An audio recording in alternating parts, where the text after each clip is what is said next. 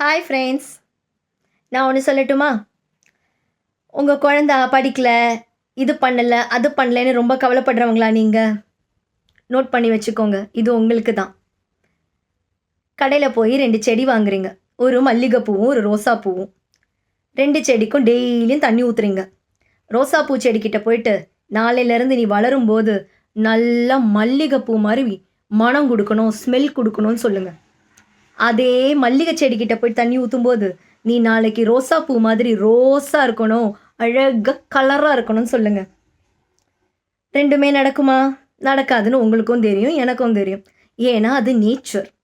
அதே மாதிரி தான் உங்கள் குழந்தைங்களும். புரியுதுங்களா? நீங்கள் என்ன தண்ணி ஊற்றுறீங்களோ அதுக்கேற்ற மாதிரி தான் அது வளரும். புரியுதா? அதுக்குன்னு ஒரு யூனிக் நேச்சர் கண்டிப்பாக இருக்கும். மல்லிகை பூனா மனம் கொடுக்கும், ரோசா பூனா கலர் கொடுக்கும். உங்கள் குழந்தைகிட்ட என்ன யூனிக் நேச்சர், அதுக்கு என்ன பிடிச்சிருக்கு, அதோடைய டேலண்ட் என்ன, அதை மட்டும் யோசித்து கண்டுபிடிங்க.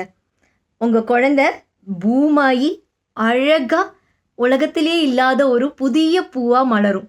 அது உங்கள் கையில் தான் இருக்குது. அதை தவிர்த்து அந்த குழந்தை மாதிரி ஏன் குழந்தை வேணும், இந்த குழந்தை மாதிரி ஏன் குழந்தை வேணும், ஃபஸ்ட் ரேங்க் வாங்கலை, 5th ரேங்க் வாங்கலை, ஓடலை, பாடலை, டான்ஸ் ஆடலை, தெரியல.